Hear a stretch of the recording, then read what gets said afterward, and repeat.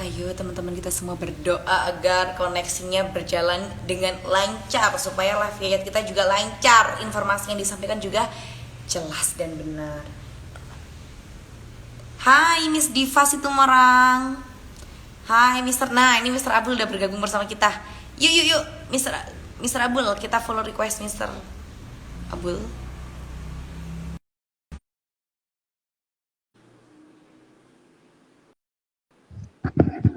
Nah, Halo. Abdul, sorry Kak Abdul ya. Ini di Pare memang kurang benar. Gak tau kenapa kalau live itu suka kayak gitu. Ya, nggak apa-apa, Kak Risti. Kak Abdul di sini.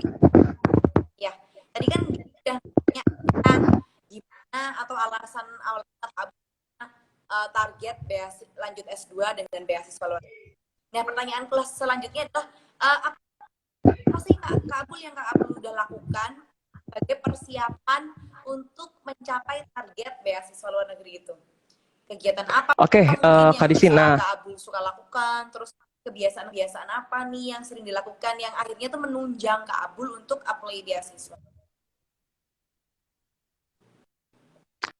nah iya, Kak Risti. Sebenarnya kalau dari segi preparation ya, ketika S1 apa aja yang dilakukan untuk menempuh beasiswa, jujur sebenarnya keinginan ya untuk melanjutkan kuliah ke luar negeri itu kan ada ketika saya di akhir kuliah S1 ya. Nah, dalam hal ini mungkin kalau misalkan saya bisa flashback ke beberapa kegiatan yang udah saya lakukan di jenjang S1 lalu, kayaknya kegiatan-kegiatan volunteer ya, kegiatan-kegiatan volunteer yang sudah saya tekuni selama 3 tahun, baik itu di bidang lingkungan maupun di bidang pangan sosial dan bidang-bidang lainnya, itu yang membantu saya sebenarnya untuk bisa secara tidak langsung ya, untuk membangun networking dengan orang-orang yang memang memiliki background yang berbeda dengan saya, termasuk mungkin saya juga banyak terinspirasi dari beberapa teman saya yang memang berada di komunitas lain dan mendapatkan beasiswa juga seperti itu. Dan juga dari komunitas inilah, dari volunteer inilah juga saya mendapatkan banyak hal pembelajaran ya, dari hal komunikasi maupun hal-hal lainnya yang memang saya tidak dapatkan di dalam ruang kelas ketika perkuliahan S1 seperti itu Kak Disti. Jadi mungkin kalau bisa ditarik benang merahnya, kegiatan volunteer, terjun di komunitas, ini mungkin menjadi salah satu poin titik berat ya, yang mana hal tersebut bisa menunjang saya sih untuk mendapatkan beasiswa ke luar negeri seperti itu Kak. Dan diiringi ya, tentunya diiringi dengan hal-hal lain ya, hal-hal pengembangan diri lain seperti kemampuan bahasa asing, yang mana memang pada saat itu jujur sebenarnya ketika lulus S1 TOEFL saya itu hanya 463 Kak. Ya, jadi TOEFL KAS UNJ ya, namanya TOEP, itu hanya 463. Dengan kata lain, saya sebenarnya adalah orang yang pasif berbahasa Inggris, bukan aktif berbahasa Inggris. Nah, dari sinilah saya menyadari bahwa untuk bisa berkuliah ke luar negeri, tentunya kemampuan berbahasa asing, terutama bahasa Inggris, merupakan salah satu syarat mutlak ya yang harus kita penuhi. Poin utama betul sekali, terutama untuk mendapatkan IELTS atau TOEFL IBT yang mana menjadi salah satu persyaratan harus dipenuhi. Nah, mulailah ketika saya lulus, lalu saya mencoba mengajar terlebih dahulu ya untuk mendapatkan experience dunia real mengajar itu seperti apa sih gitu kan. Akhirnya saya terjun di tempat bimbel pada saat itu hanya sekitar 3 bulan ya untuk persiapan SIMAK UI. Waktu itu saya hanya mengajar matematika dasar. Lalu setelahnya saya mendapatkan tawaran untuk mengajar matematika di salah satu SMA swasta di Kemang, Jakarta Selatan. Sampai pada akhirnya sebenarnya sebelum saya ke Pare, sebenarnya waktu itu saya apply Kak Disti, apply salah satu short course ke Amerika Serikat di bidang lingkungan juga pada saat itu. Kebetulan saya dapat interview via Skype. Jadi momen inilah sebenarnya menjadi titik awal kenapa saya bisa ke Pare sebenarnya. Jadi dari interview tersebut saya punya planning nih. Kalau interviewnya diterima berarti saya pergi short course ke US. Tapi kalau misalkan tidak diterima di program tersebut, ya saya udah punya plan B. Plan B saya itu adalah memperbaiki kemampuan bahasa asing saya ke Pare pada saat itu. Dan qadarullah lagi-lagi ternyata Allah memberikan jalan, saya harus belajar lagi gitu. Kata lain saya ditolak pada saat itu untuk mengikuti short course tersebut. Jadi tidak lolos di tahap akhir. Sampai akhirnya saya memutuskan untuk ke Pare di tahun 2016 ya. Kurang lebih 2016 bulan Agustus sampai dengan Desember. Nah, jadi kalau kembali lagi ke pertanyaan Kak Disti tadi ya, langkah-langkah apa sih yang udah dilakukan untuk menunjang untuk pendaftaran beasiswa tersebut? Tadi yang pertama sebenarnya adalah ya kita terjun sih di komunitas, entah itu komunitas di dalam kampus maupun di luar kampus, sebisa mungkin buat kalian mungkin yang masih sekolah atau mungkin baru mulai kuliah, diikuti dengan maksimal ya, karena dengan mengikuti komunitas atau kegiatan-kegiatan volunteer, banyak hal yang kalian tidak dapatkan di ruang kelas ya atau di perkuliahan. Nah, hal-hal inilah yang akan membentuk pribadi kalian untuk bisa menjadi pribadi yang lebih baik lagi sih sebenarnya. Itu Kak Disti.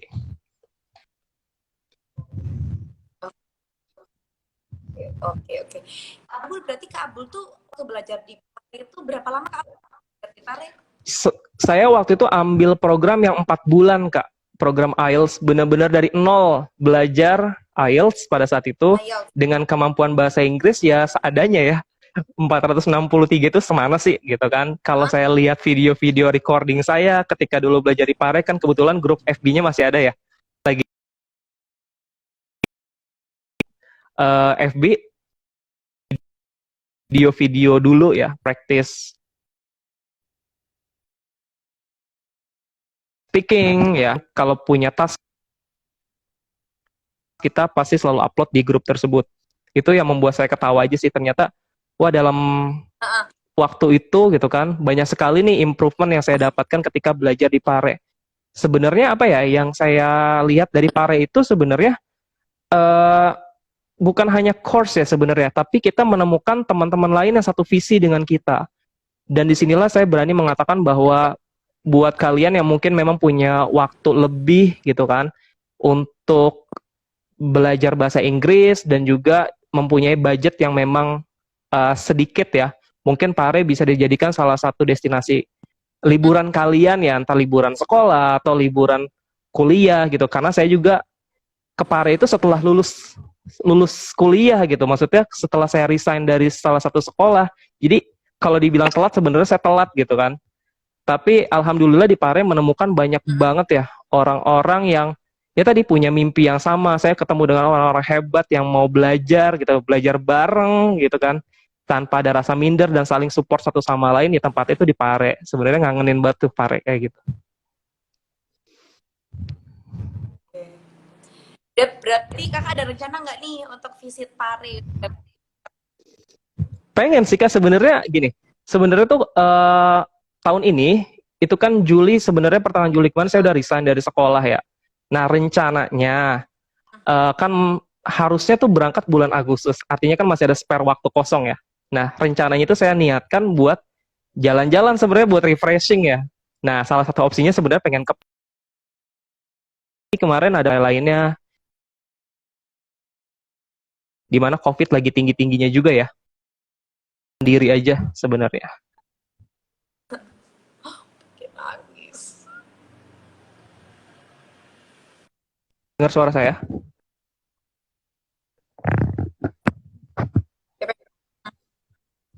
Kak Abul bisa dengar suara saya nggak?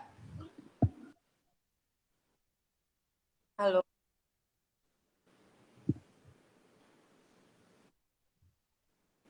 Ya, halo Kak Disti.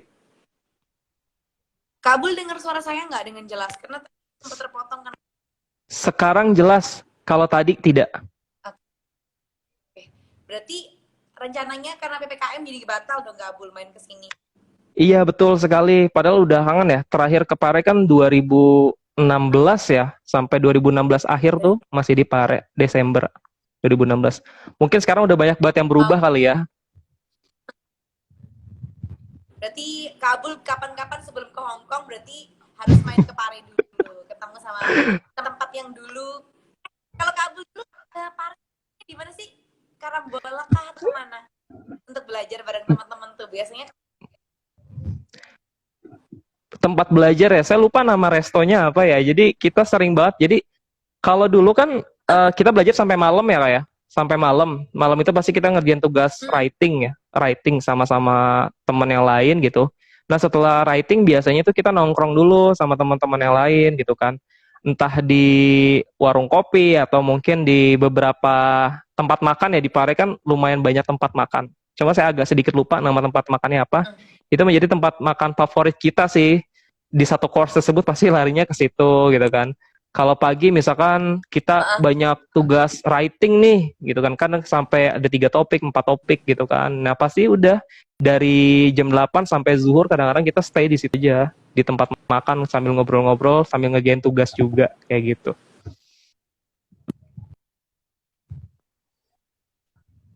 Oke. Berarti sempat ngerasain ngegoes sepeda juga ya di Padang? Kemana-mana pakai Pernah, sepeda. pernah waktu itu sempet naik sepeda sampai yang tempat pemandian itu namanya apa ya Kak? Saya lupa yang agak jauh. Pemandian air panas. Tahu nggak? Waduh, kurang tahu tuh Kak. Nanti aku cari ya Kak. Nanti aku chat kalau aku ketemu namanya. Iya, sama pernah ke Gumul juga kan? Heeh. Oke, BTW. Oh ya Kak, aku kemarin tadi kan udah sempet nanya-nanya nih di chat WhatsApp, terus Kak Abul cerita juga kalau 7 kali pernah sebelum dapat LPDP ini pernah punya pengalaman 7 kali gagal apply beasiswa. Nah, bisa nggak Kak diceritain ini pengalaman yang paling menarik dan mungkin udah banyak dialami sekarang jadi pejuang beasiswa nih. Gagal di YouTube, gagal di seleksi berkas. Kalau gimana nih? Kali loh. Ya, betul sekali Kak Disti. Perjalanan meraih beasiswa LPDP itu sebenarnya nggak berjalan mulus ya. Jadi ada aja lah kegagalan yang memang harus dilewati, terutama buat seorang seperti saya gitu ya. Jadi awal mula tadi, 2016 saya kan ke Pare, selesai Desember, lalu 2017 saya tes IELTS untuk pertama kali gitu kan. Ternyata hasilnya kurang memuaskan nih Kak. Jadi pada saat itu saya cuma dapat overall cuma 6. Itu first trial saya IELTS, dapat 6. Lalu saya Abul. Kenapa Kak? Padahal targetnya seharusnya berapa skornya? Harusnya pengennya minimal 6,5 gitu. Jadi buat yang belum tahu ya, skor minimal IELTS tuh buat daftar LPDP itu 6,5 dan buat beberapa kampus itu 6,5 itu udah nilai standar gitu. Bahkan ada yang mensyaratkan lebih tinggi ya, tergantung program yang kita ambil dan kampus tujuannya seperti apa gitu. Nah, balik lagi nih Kak, di 2017 setelah tes IELTS pertama, ternyata hasilnya kurang memuaskan. Dari sini saya berpikir kira-kira program apa nih yang bisa saya apply gitu kan dengan IELTS 6 gitu. Akhirnya saya cari beberapa informasi, ternyata ada 2 beasiswa nih yang bisa saya ikuti. Yang pertama ada KJSP ya, beasiswa dari pemerintah Korea Selatan, dan juga ada AAS ya, Australia World Scholarship. Nah, di 2017 itu adalah menjadi first time saya jadi scholarship hunter gitu Kak. Jadi pada saat itulah saya buat aplikasi kedua beasiswa tersebut, ternyata ditolak gitu kan. Sampai akhirnya sempat juga sih di 2017 dengan menggunakan IELTS tersebut saya mengikuti seleksi program pertukaran pelajar antar negara, pertukaran pemuda antar negara atau PPAN yang diselenggarakan oleh Kemenpora, dan alhamdulillah setelah melewati proses yang begitu panjang, terpilihlah sebagai delegasi utama untuk pertukaran pemuda antar negara mewakili DKI ke Korea Selatan. Alhamdulillah. Nah, dari sinilah menguatkan mimpi saya ingin berkuliah ke luar negeri gitu, karena saya melihat kayaknya ada hal-hal lain yang perlu kita pelajari dari negara-negara lain ya, agar kita bisa punya pemikiran yang lebih open atau mempelajari hal-hal kenapa negara ini bisa lebih maju ya dibandingkan negara kita. Nah, itulah untuk menjawab curiosity saya tersebutlah mungkin dengan studi S2 ke luar negeri ini akan menjadi salah satu bridging ya, atau jadi salah satu jembatan buat saya untuk mendapatkan jawaban-jawaban dari pertanyaan saya tersebut. Nah, sampai akhirnya karena keinginan mendapatkan beasiswa itu masih sangat besar, akhirnya saya putuskan untuk tidak mengajar di lembaga formal terlebih dahulu. Di 2017 saya mulai untuk hanya les privat gitu Kak. Jadi pada saat itu saya cuma mengajar privat 1 atau 2 anak, ditambah saya harus retake IELTS gitu, karena nggak mungkin nih dengan IELTS 6 gitu kan saya bisa dapat beasiswa atau mengejar beasiswa yang ingin saya tuju. Sampai akhirnya di 2018, di 2017 saya self study pada saat itu, jadi belajar monitoring scoring selama kurang lebih kayaknya 2 bulan ya, 2 bulan akhir di 2017 akhir seingat saya. Jadi saya buat Excel setiap hari, saya bikin jadwal.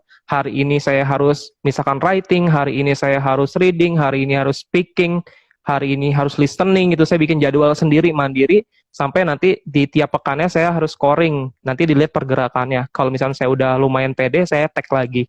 Nah, di 2018 Perkembangannya. akhirnya saya betul perkembangannya. Nah, di 2018 akhirnya saya tag IELTS lagi, Kak. Tag IELTS untuk yang kedua, dan alhamdulillah nilainya ngepas, dapat 6,5 gitu. Tapi dari tes Oke. yang kedua, ini entah kenapa saya masih belum kepikiran buat daftar LPDP, Kak, pada saat itu. Jadi sebenarnya Karena apa? pengen, nah saya juga nggak tahu nih, Kak. Jadi sebenarnya tahu LPDP itu udah dari lama. Bahkan saya tuh udah bikin esai segala macam dari regulasi yang awal ya. Dari tahun 2016 tuh saya udah bikin esai buat LPDP sebenarnya.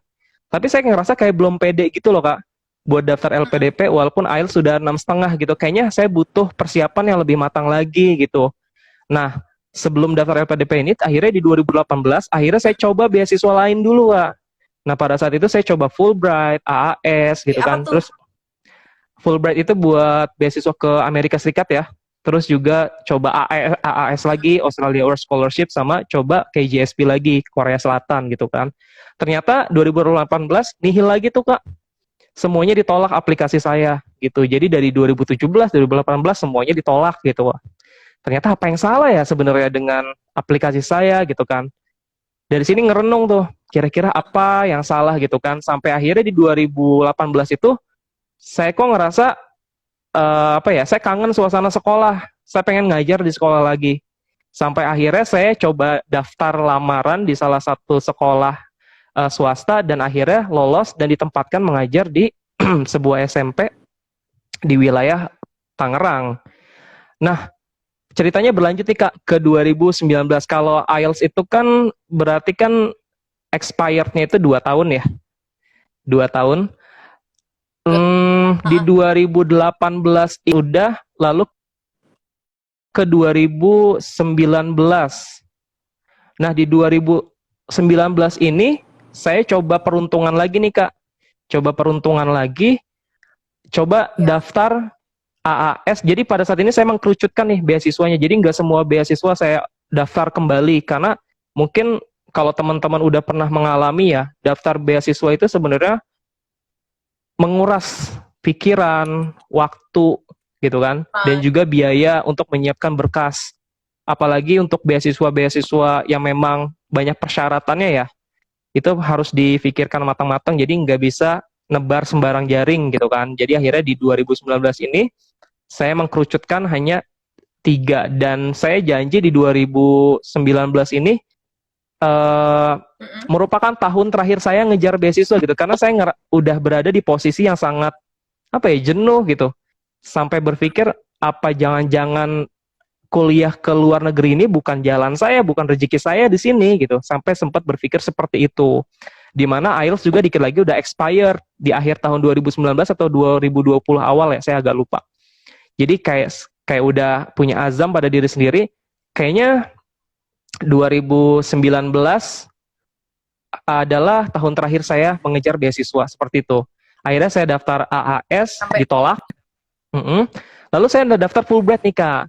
Nah, pada saat ini, pada saat mendaftar Fulbright, saya itu mengganti jurusan sebenarnya. Kalau di beberapa beasiswa sebelumnya, saya itu selalu mengambil Mathematics Education ya. Nah, di Fulbright ini saya ngambil Educational Technology. Jadi saya mengambil jurusan teknologi pendidikan. Kenapa sih saya pindah haluan ke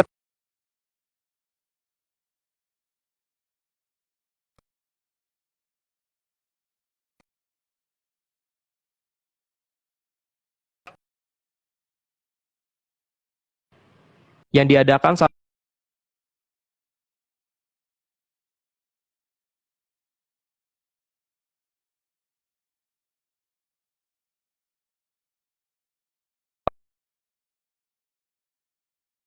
bisa mengubah major ya. Major saya kayaknya akan lebih memperkuat nih gitu kan, untuk mengambil teknologi pendidikan dibandingkan pendidikan matematika. Ditambah memang kondisi uh, professional work saya sebagai seorang guru, kayaknya saya juga udah mulai lumayan jenuh nih dengan aktivitas yang ada gitu. Sepertinya saya harus bisa mengupgrade nih ilmu kependidikan saya gitu kan. Salah satunya ya tadi dengan mengeksplorasi teknologi-teknologi pendidikan apa sih yang paling update sampai saat ini. Ini sebelum corona ya kan sebenarnya. Sebelum corona, sebelum online learning itu hype abis gitu kan ketika corona. Sampai akhirnya saya menemukan mentor nih. Nah, ini mungkin menjadi salah satu poin juga ya buat teman-teman semua yang mau mendaftar beasiswa. Yang saya rasakan adalah ketika saya mendaftar beasiswa tanpa mentor, dan mentor itu sangat berbeda, Kak. Gitu. Nah, alhamdulillah di 2019, ketika saya sudah mentor, yaitu teman sendiri sebenarnya, dia juga award di LPDP, cuma dia mengambil jenjang dalam negeri sebenarnya, tapi saya minta kesediaan beliau untuk membantu saya, terutama buat proofreading personal statement dan hal-hal lainnya ya, berhubungan dengan untuk mendaftar kampus maupun mendaftar beasiswa. Nah, sampai akhirnya saya juga kaget nih, ketika pendaftaran Fulbright, beasiswa ke Amerika Serikat di tahun 2019, saya dapat undangan buat interview gitu. Nah, ini first time pertama kalinya saya, bisa lolos administrasi aja udah seneng gitu loh, Kak. Karena dari beberapa trial sebelumnya itu selalu gagal, administrasi gagal gitu kan. Nah, dari sini saya menyimpulkan kayaknya penting ya buat kalian yang mungkin mau daftar beasiswa, cari mentor dari sekarang. Nah, mentor inilah nanti yang akan ngebantu kalian sebenarnya untuk memproofreading personal statement kalian dan hal-hal lain yang berhubungan dengan esai. Dan juga kita bisa mendapatkan sudut pandang nih dari orang yang berbeda, karena pengalaman awal-awal tertolak itu mungkin saya terlalu idealis ya, kayak kalau saya flashback sedikit. Nah, itulah yang menyebabkan saya mungkin terperangkap ya dengan pola pikir saya gitu.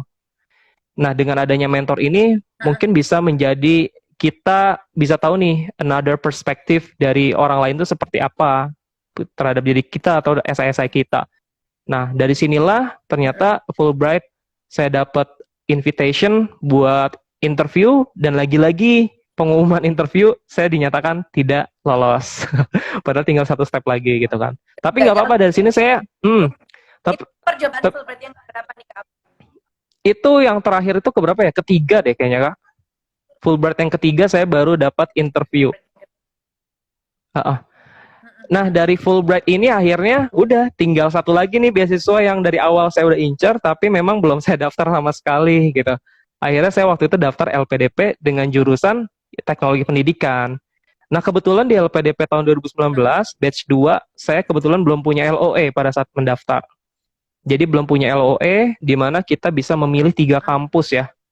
Pada saat itu, hasil dari observasi saya dari beberapa kampus dan program, akhirnya saya menjatuhkan pilihan ke UCL, ke University of Pennsylvania, sama di University of Hong Kong. Karena saya melihat dari 3 kampus tersebut, mereka menawarkan program yang memang saya inginkan, seperti itu. Sampai akhirnya di LPDP, dari beberapa kegagalan yang udah ada ya, mungkin kalau saya hitung bisa ada 7 kali gagal dalam melamar beasiswa.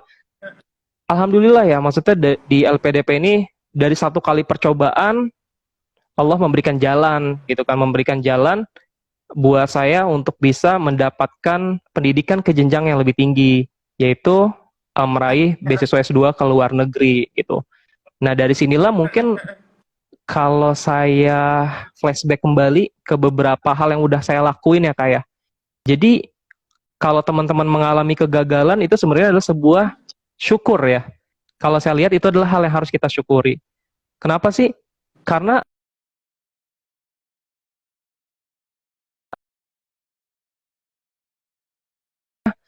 hal apa sih yang